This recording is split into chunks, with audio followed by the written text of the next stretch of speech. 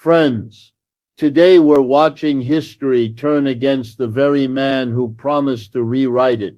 Donald Trump rose as the outsider, the deal maker, the larger-than-life figure who swore he alone could fix a broken system. But now the weight of that same history is crushing him. Allies are turning away, rivals are circling, and the image of strength he built is collapsing under global pressure.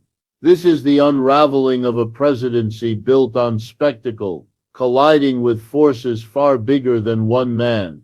When Trump rose to power, he presented himself not as a politician, but as something larger, something different. He was the outsider, the deal maker, the man who would cut through decades of political failure with sheer force of will. To millions of Americans, those words felt like a lifeline. They were not simply campaign slogans. They were commitments, a promise that the system which had failed them would finally be bent to their needs. But history teaches us a sobering truth. Rhetoric can move crowds, but it cannot move the foundations of an economic system in decay. Promises can inspire faith, but they cannot erase contradictions that are structural, global, and deeply entrenched. And when that clash comes, when the leader's words are exposed as insufficient against the weight of reality, the reckoning begins.